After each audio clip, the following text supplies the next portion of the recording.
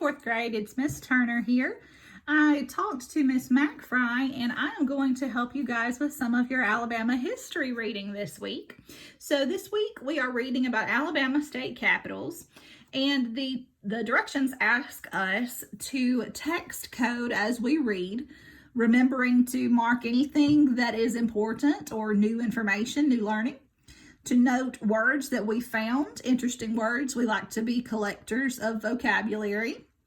And to make sure that we jot any questions that we have about what we read. So I'm going to read through this, and then I will go to the back on the timeline, and we will add the 5 capitals as well as their date to each one. So let's check this out.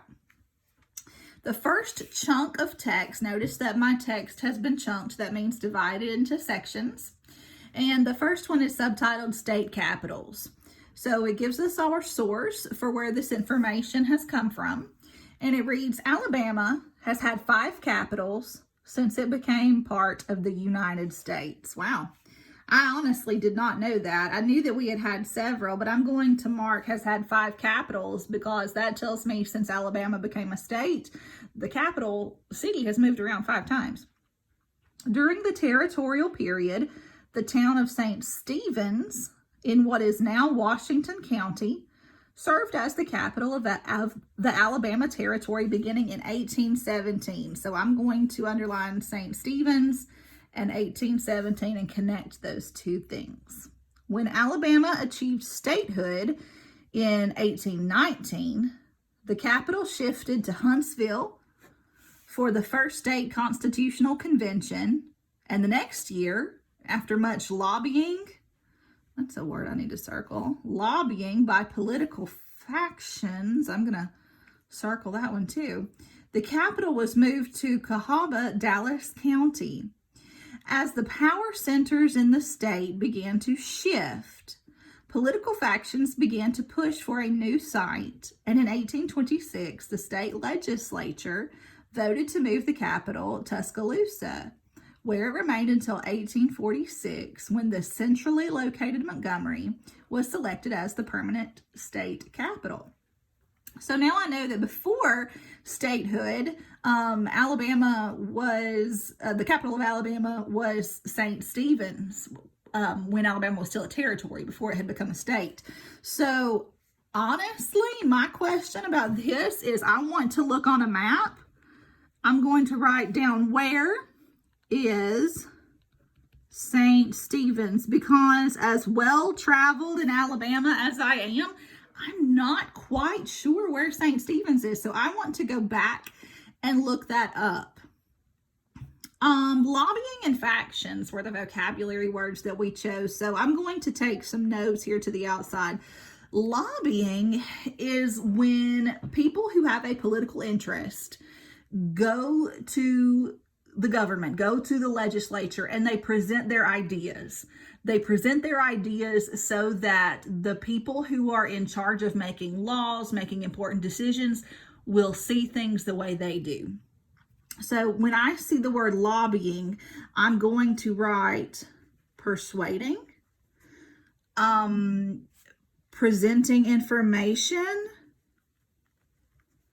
and I'm going to abbreviate information with info, because lobbying is sort of like convincing someone to think the way that you think. And people do that oftentimes in governmental cities to help our lawmakers and help our representatives understand our positions so that we can get things done. In this case, a lot of people went and lobbied, they persuaded, and they presented information to get the capital moved. A faction is, I guess you could kind of think about faction as like a fraction when it means part. A faction is like a group. It's a group of people. So they share like-minded thoughts. And so different political factions or different political groups lobbied or persuaded together to get the capital moved. So that's what our first chunk is about. So let's come down here to the next one, Old St. Stephen's. So, hey, Miss Turner might find out some information about Old St. Stephen's in this next chunk. So let's read ahead. The now abandoned settlement of St. Stephen's sat atop a limestone bluff overlooking the Tombigbee River and hosted Alabama's first seat of government. The location, approximately 67 miles north of Mobile in present-day Washington County, had been occupied by the Spanish before its cession to the United States in 1799. The town later served as the capital of the Alabama Territory between 1817 and 1819, before the government abandoned it in favor of Cahaba. Today, the site of the town is referred to as Old St. Stephen's and is a historical park and archaeological site. So, one word that I noticed actually repeated was abandoned, and abandoned means left alone. So it's been abandoned, they left it, it's no longer the capital city in this example of the word. There were also some informational sentences that I wanted to underline. It hosted Alabama's first seat of government. Now, seat, we think about sitting on our bottoms or sitting in a chair. We would sit in a seat. This seat of government is similar in how it's used, but it means the representation, the seat of government. This is where we were represented, was in Old St. Stephen's. It also says it had been occupied by the Spanish. And so one of my questions is Spanish still a popular influence? And I'm kind of writing in cursive. I probably should have written in manuscript. I apologize. Is Spanish still a popular influence there today? I know that because it mentioned Mobile, I know that there are a lot of language and culture influences there because Mobile is close to the coast. And so a lot of immigrants came up through Mobile. And so this could be one of the reasons why this was such an interesting area. But now I know that it is referred to as Old St. Stephen's, and they have a historical park there. So they have honored this as a special location in Alabama's history. But remember, this was before Alabama became a state. This was still when Alabama was a territory. So let's look at Huntsville. Huntsville. Now, I know from my own personal upbringing that Huntsville is in the northern part of Alabama. That is where the Space and Rocket Center is, if you've ever been there. So we're going from one end of the state toward the southern portion of Alabama to the northern part of Alabama. So in Huntsville, and again, that's one of the first things that it says. Look there, Huntsville, located in the northernmost part of Alabama, near the Tennessee border, the first incorporated town in Alabama, played an important part in the birth and growth of this state. So I know that this is important, and of course, most capital cities are well known. They are essential for the growth of a state. So I want to know what happened. What happened here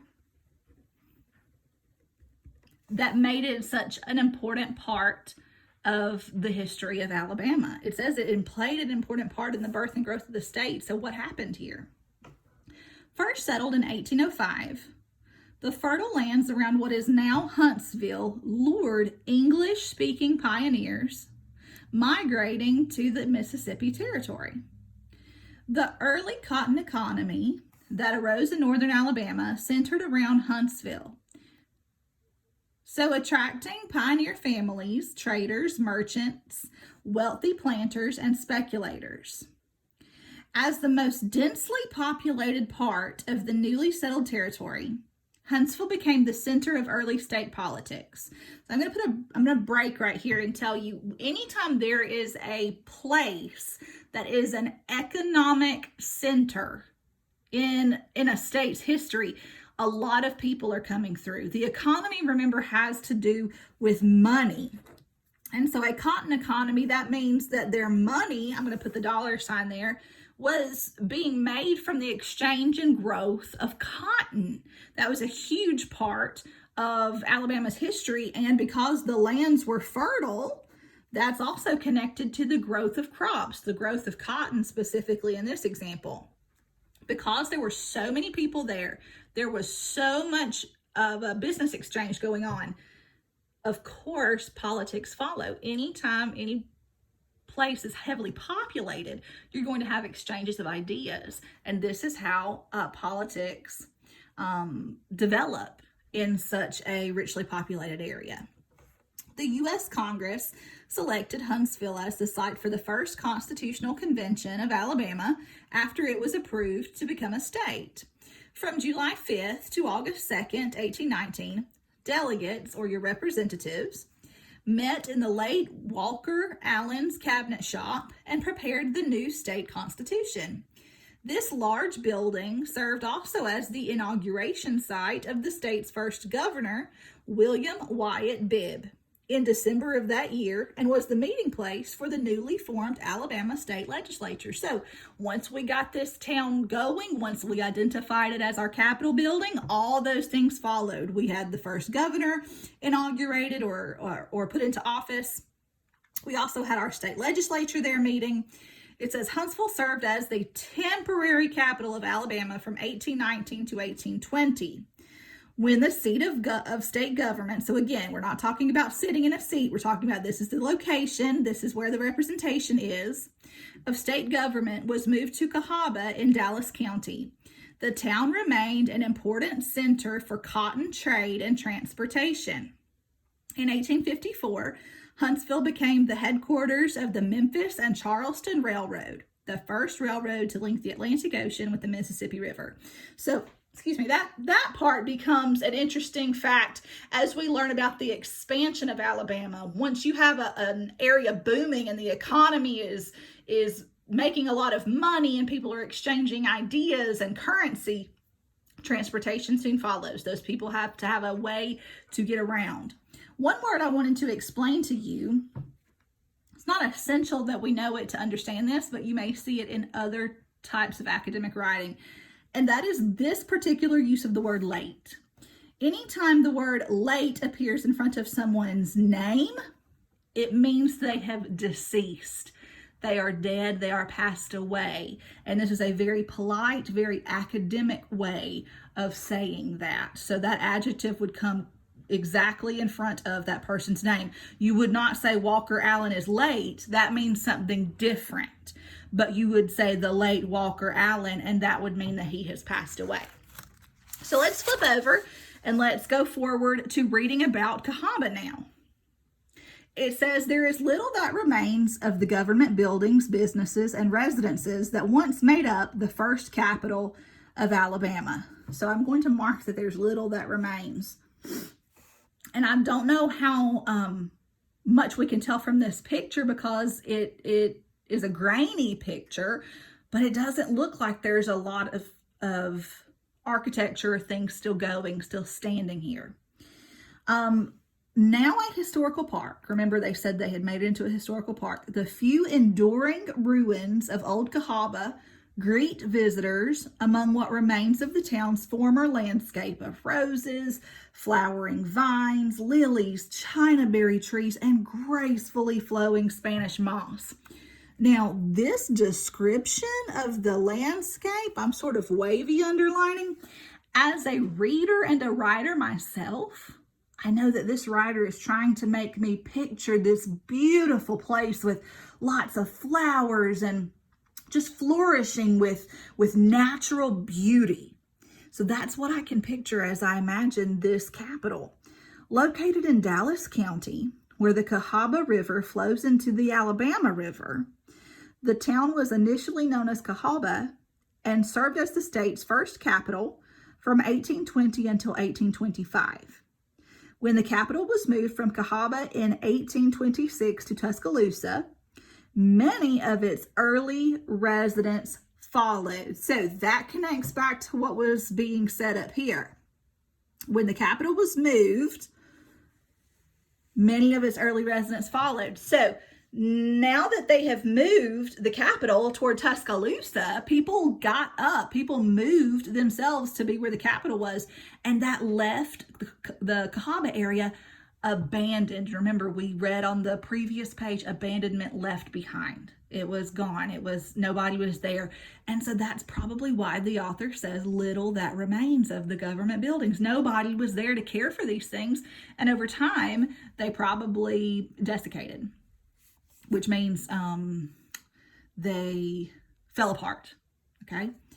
With the continuing improvement of river transportation and the emergence, that's a big word, emergence of the cotton economy, Cahaba boomed again during the 1840s and 1850s. Here we go. Here's our answer. That was a guess that Miss Turner made up here. But then down here it says, but the Civil War, floods, and the loss of rail transportation all produced a steady decline in Cahaba's importance and economy, and by 1900 it had become a ghost town. So emergence is when it's like the beginning of something. I'm going to write the word beginning. It can also be thought of as that boom, like things get bigger, they expand, okay? Here, the opposite of that almost is decline, and decline means to go down. Ghost town is a phrase that we use, and it's almost explanatory. It's like a ghost town. It's empty. No one is there anymore. So now we've read about Cahaba. So Tuscaloosa is the next section that we read about. We know that the capital was moved from Cahaba to Tuscaloosa. We also already know that most of the residents picked up and moved as well.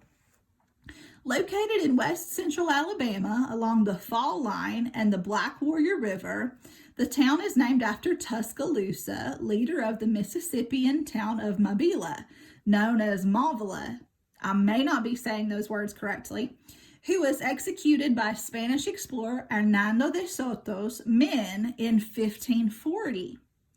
Tuscaloosa served as the state's capital from 1826 to 1846. I'm going to take a break there. I know that the town Tuscaloosa was named after Tuscaloosa, who was a Native American leader. He was executed or killed. I'm going to write that word out in the margin. He was killed by the soldiers and explorers that were there with Hernando de Soto when he explored this area. And so Tuscaloosa, it says, served as the state's capital from 1826 to 1846. As other settlers from Virginia, the Carolinas, and Georgia moved to the area by way of former Indian trails, the city of Tuscaloosa was incorporated and made the county seat. Here we go with that word seat again. The location, the representation, that's where it is. On December the 13th, 1819. A day before Alabama was admitted to the Union. So that means I know that 12/14/1819, Alabama was admitted to the Union. So I can take that note for myself. In 1826, Tuscaloosa became the state capital when the state legislature voted to move the seat, there's that word again, that use of the word seat, of government from Cahaba. Tuscaloosa served as the capital until 1846, when a population shift to the east, so we're going this way if we were looking at it on a map, caused the legislature to move the capital to Montgomery.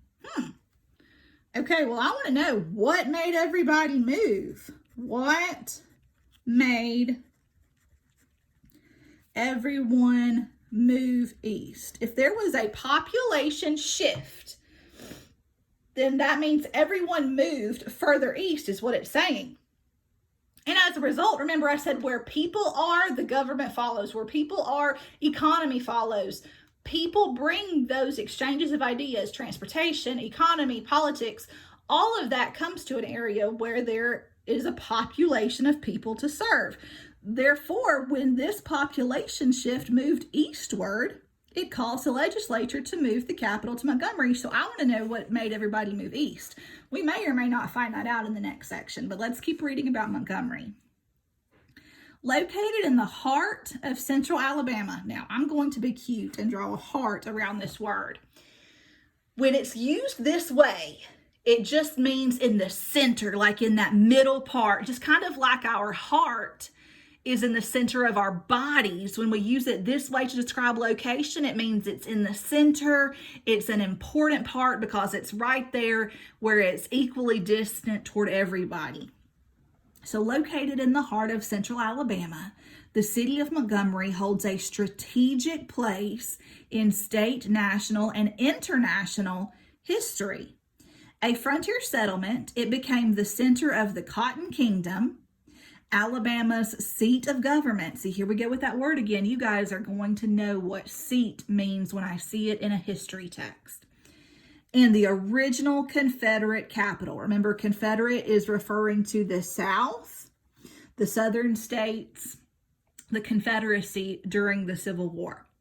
Before the state of Alabama was even established, the site of the present-day Montgomery was an important crossroads that straddled major Native American trade routes, with paths, streams, and the Alabama River connecting the Creek Indians to a wider world. So this was an important place in Native American history in Alabama. It was a thriving location where they could do commerce or business, and they could explore and travel to other places.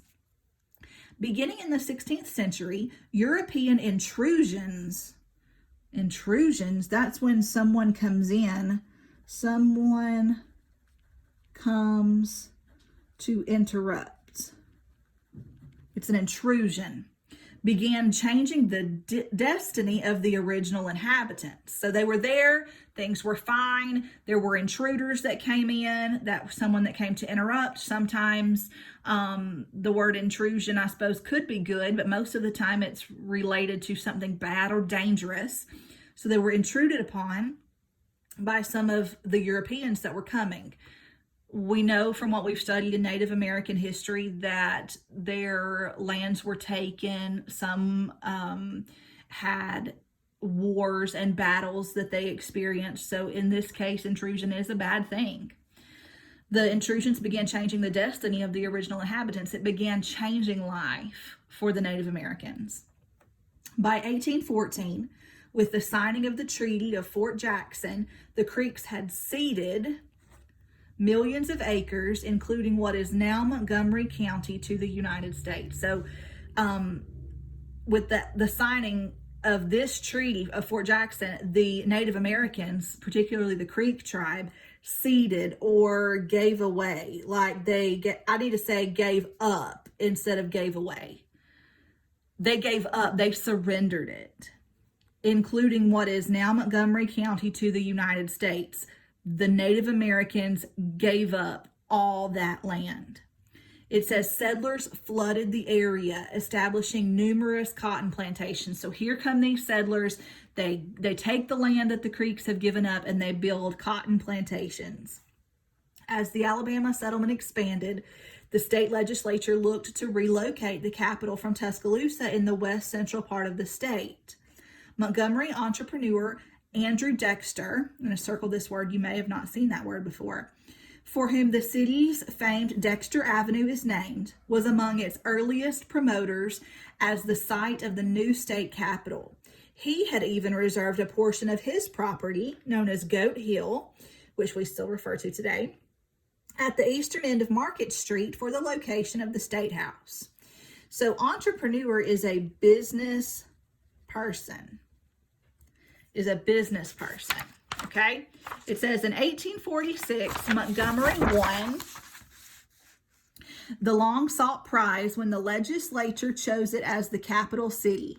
One of the major points in the town's favor was the Creek land cession. This is related to that word cede or surrender, to give up, that pushed the boundary of Alabama eastward to the Chattahoochee River, thus placing Montgomery quite close to the state's geographic center. So remember when we said this was at the heart of Alabama? So it's at the geographic center. It's close to the middle of Alabama when I look at it on a map. Other significant factors included the developing railroads, the free land, remember, that Mr. Dexter gave, and the funds that the city would raise through a bond issue to finance the construction of the State House. Completed in 1847, the Greek Revival edifice burned to the ground in December 1849. Undaunted, the state funded another building completed in 1851 that still serves as the Capitol today. So I'm going to mark this word edifice because my Spanish-speaking friends can relate to this word edificio, which means building. So when I read about an edifice, I'm reading about a building, something that has been built. So Miss McFry wants us to write the dates and the capitals that we just read about on the dots. So there's 5 dots, 5 capitals that we talked about, and the dots have already been pre-placed on this timeline for us. The dates are going to go at the top, the city names at the bottom. So at first, I'm going to take some notes. So first, it talked about Old St. Stephen's. So that's number 1. And it became the capital, or the government seat of Alabama in 1817, and that was still of the Alabama Territory because it had not become an actual state yet. I don't know if you can see, I'll scoot my paper over where I made that note. So secondly, I'm going to put a big number 2, was Huntsville, and we learned about how that happened in 1819. So those dots would be very close together on a timeline. So I'm going to notice that when I label my timeline in a moment. So then we talked about Cahaba, so that would be number 3. And it says that, I was trying to look for the year, and served as the state's capital from 1820 until 1825. So I know 1820 is going to be the year that Cahaba is identified on my timeline. Number 4 is going to be Tuscaloosa, and it tells me that it is the capital from 1826 to 1846. So I've made that note for myself, and that means that Montgomery is number 5, and 1846 is the year that it became the capital of Alabama. So now that I have all this information marked for myself, I can fill this in. So number 1 is going to be 1817, and it is Old St. Stephen's.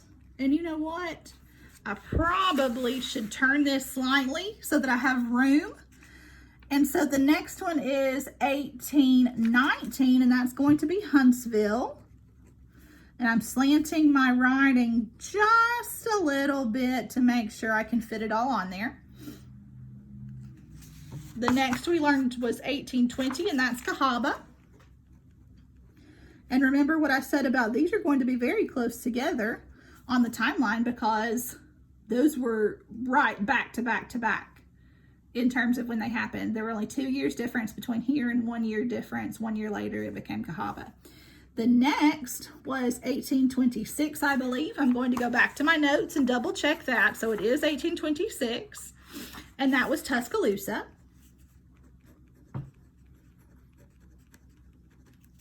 And finally, in 1846, what is now our state capital, Montgomery, became the state capital. So you guys did a great job text coding and reading with me today for your Alabama history lesson.